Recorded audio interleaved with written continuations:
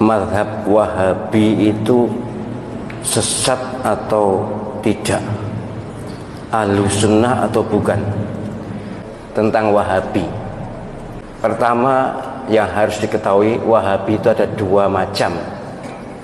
Ada Wahabi Khawarij, Abdul Wahab bin Sulaiman, itu Al-Khariji, Khawarij, itu yang sesat karena mereka mengkafirkan kita semuanya.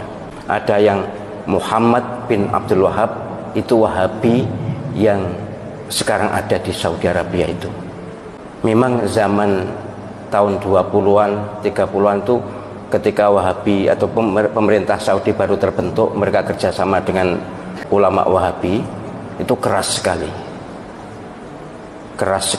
akan membongkar makam Nabi, ya akan memindahkan makam Nabi, semua wirid dilarang dan sebagainya, keras sekali, sehingga berdirilah NU ya, merespon itu, dan ormas-ormas di dunia keberatan dengan langkah Wahabi. Dalam perundingan akhirnya berhasil, tapi kemudian dilanjutkan oleh generasi yang kurang mengenal Wahabi. Sampai sekarang ini pun ada yang mencaci maki Wahabi, menganggap sesat Wahabi, menganggap Wahabi bukan Ahlus Sunnah. Sebagai Muslim saya sangat keberatan. Saya bukan Wahabi, jelas bukan Wahabi, tapi tidak rela kalau saudara kita dicaci maki. Saudara kita Wahabi yang ada di Saudi Arabia dan sekitarnya itu adalah Wahabi yang Ahlus Sunnah. Kalau tidak sama dengan kita, tidak usah jauh-jauh. Bukan Wahabi, NU dengan Muhammadiyah pun banyak perbedaan. Tapi kan tidak boleh mencerca, tidak boleh mencela. Wahabi iblis, Wahabi sesat. Panjenengan pernah haji atau tidak? Pernah umroh atau tidak? Mustahil Allah Subhanahu wa ta'ala rela Masjidil Haram dan Masjid Nabawi diimami oleh iblis. Imam Masjidil Haram, Imam Masjid Nabawi, salah satu guru Al-Quran saya adalah dari Masjid Nabawi.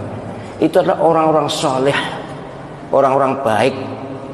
Wahabi mereka, pasti Wahabi mazhab akidahnya, tapi mazhab fikihnya Hambali.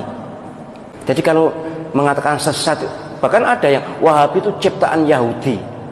Benci ya benci, tapi jangan ekspresif dan jangan keterlaluan. Panjenengan nanti akan malu di depan Allah SWT. Mustahil, sekali lagi, Masjidil Haram diimami oleh orang yang sesat. Mustahil Allah SWT ridho Masjid Nabawi, imam masjidnya adalah orang-orang sesat. Saya tuh bahkan, karena saya akrab juga dengan Syekh Abdul Rahman As-Sudais, Syekh Soal-Sorem, akrab saya dengan mereka. Mereka tuh bahkan dalam persepsi saya orang yang paling awal masuk surga di antara orang yang hidup sekarang ini. Bersih lahir batin. Bahwa amaliyahnya kita tidak setuju, ya banyak. Kalau tidak setuju banyak. Mereka tidak wirid bersama-sama, sudah sholat itu juga, ya mereka pahamnya seperti itu. Sholat subuh tidak kunut, ya seperti itu. Lalu kenapa? Ini memang sangat diprovokasikan ini. Kayaknya dikompori oleh Syiah. Syiah memang musuh bebuyutan Wahabi. Saya malah mohon maaf ya, andai saja yang di Masjidil Haram dan Masjid Nabawi itu bukan Wahabi, kayaknya nanti tiang-tiang masjid itu sudah dipuja-puja. Saya menangi apa sih? Menangi itu tahu tahun 86 ketika saya haji di sana, itu ada masjid sebelah Masjidil Haram, tiang sebelah barat laut itu dilus-lus oleh orang-orang yang baru datang itu. Entahlah apa, tapi kemudian oleh askar diusir.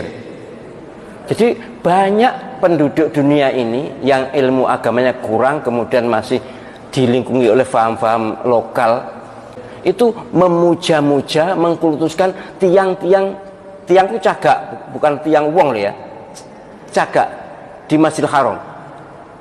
Itu dilus-lus, dicium-cium.